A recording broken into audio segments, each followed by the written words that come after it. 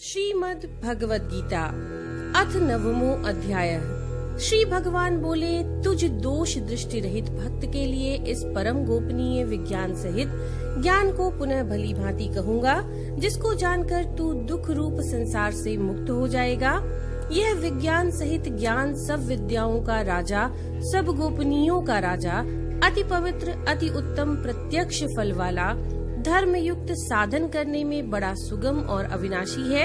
हे परम तप, इस उपयुक्त धर्म में श्रद्धा रहित पुरुष मुझको न प्राप्त होकर मृत्यु रूप संसार चक्र में भ्रमण करते रहते हैं। मुझ निराकार परमात्मा से यह सब जगत जल से बर्फ के सदृश परिपूर्ण है और सब भूत मेरे अंतर्गत संकल्प के आधार स्थित है, किंतु वास्तव में मैं उन्हें स्थित नहीं हूँ।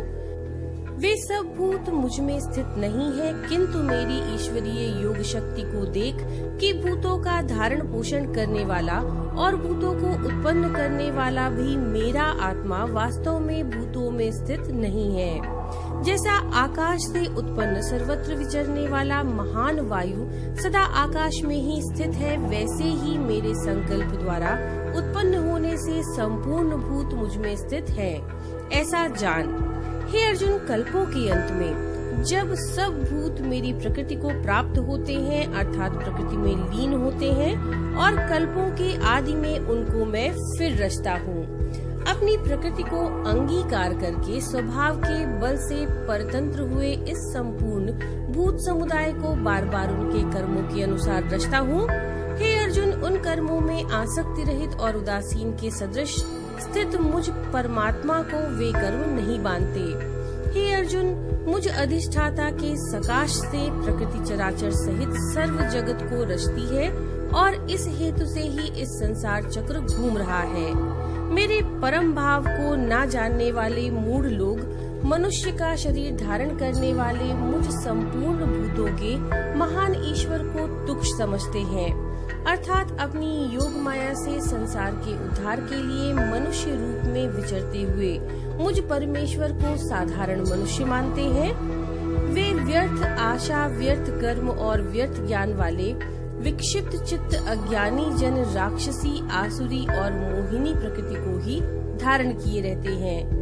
परंतु हे कुंती पुत्र, दैवी प्रकृति के आश्रित परमात्म जन मुझको सब भूतों का सनातन कारण और नाश रहित अक्षर स्वरूप जानकर अनन्य मन से युक्त होकर निरंतर भजते हैं। वे दृढ़ निश्चय वाले भक्तजन निरंतर मेरे नाम और गुणों का कीर्तन करते हुए तथा मेरी प्राप्ति के लिए यत्न करते हुए और मुझको बार बार प्रणाम करते हुए सदा मेरे ध्यान में युक्त होकर अनन्य प्रेम से मेरी उपासना करते हैं।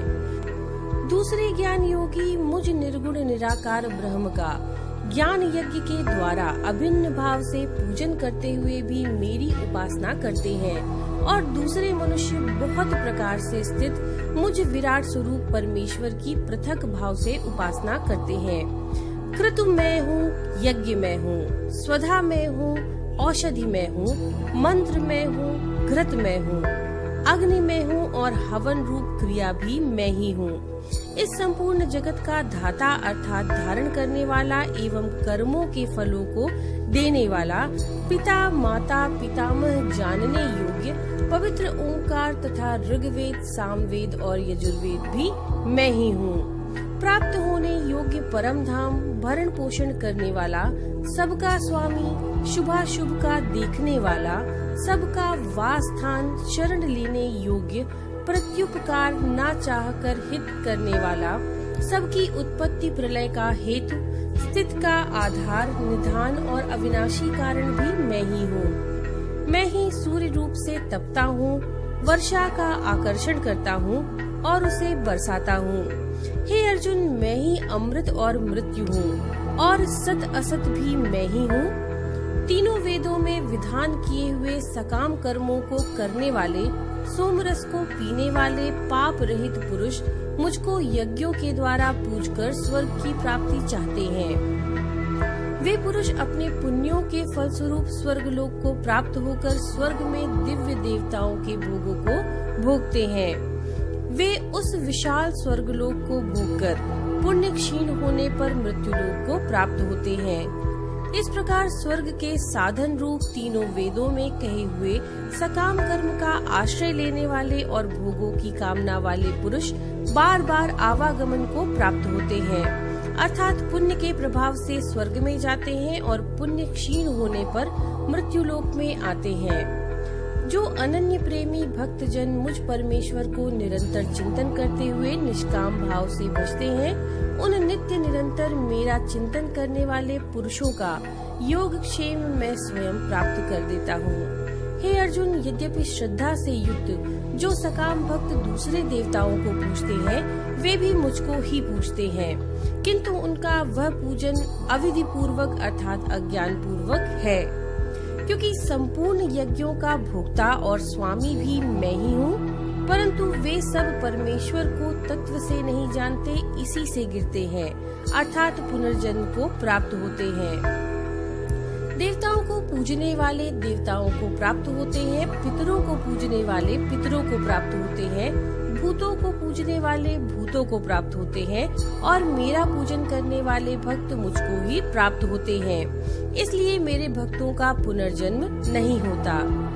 जो कोई भक्त मेरे लिए प्रेम से पत्र पुष्प फल जल आदि अर्पण करते हैं, उस शुद्ध बुद्धि निष्काम प्रेमी भक्त का प्रेम पूर्वक अर्पण किया हुआ वह पत्र पुष्पादि में सगुण रूप से प्रकट होकर प्रीति सहित खाता हूँ। हे अर्जुन, तू जो कर्म करता है, जो खाता है, जो हवन करता है, जो दान देता है और जो तप करता है, वह सब मेरे अर्पण कर। इस प्रकार जिसमें समस्त कर्म मुझ भगवान के अर्पण होते हैं, ऐसे संन्यास योग से युक्त चित्त वाला तू शुभाशुभ फल स्वरूप कर्म बंधन से मुक्त हो जाएगा और उनमें मुक्त होकर मुझको ही प्राप्त होगा। मैं सब भूतों में समभाव से व्यापक हूँ, ना कोई मेरा अप्रिय है और ना ही प्रिय, परंतु जो भक्त मुझको प्रेम से भजते हैं वे मुझ में हैं और मैं भी उनमें प्रत्यक्ष प्रकट हूँ। यदि कोई अतिशय दुराचारी भी अनन्य भाव से मेरा भक्त होकर मुझको भजता है, तो वह साधु ही मानने योग्य है, क्योंकि वह यथार्थ निश्चय वाला है, अर्थात उसने भली भांति निश्चय कर लिया कि परमेश्वर के भजन के समान अन्य कुछ भी नहीं है। वह शीघ्र ही धर्मात्मा हो जाता है और सदा रहने वाली परम शांति को प्राप्त होता है। हे अर्जुन, तू निश्चय पूर्वक सत्य जान कि मेरा भक्त नष्ट नहीं होता। हे अर्जुन, स्त्री वैश्य शूद्र तथा पाप योनि चांडाल आदि जो कोई भी हो, वे भी मेरी शरण में आकर के परम गति को प्राप्त होते हैं। फिर इसमें तो कहना ही क्या।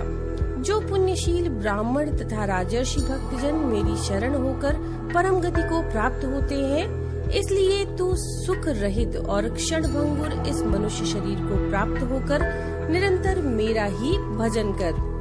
मुझ में मन वाला हो, मेरा भक्त बन, मेरा पूजन करने वाला हो, मुझको प्रणाम कर, इस प्रकार आत्मा को मुझ में नियुक्त करके मेरे परायण होकर तू मुझको ही प्राप्त होगा। ओम तत्सदिति श्रीमद् भगवद गीता उपनिषत्सु ब्रह्म विद्यायाम योग शास्त्रे श्री कृष्णार्जुन संवादे राज विद्या राजगुह्य योगो नाम 9वां अध्याय। नमो नारायण।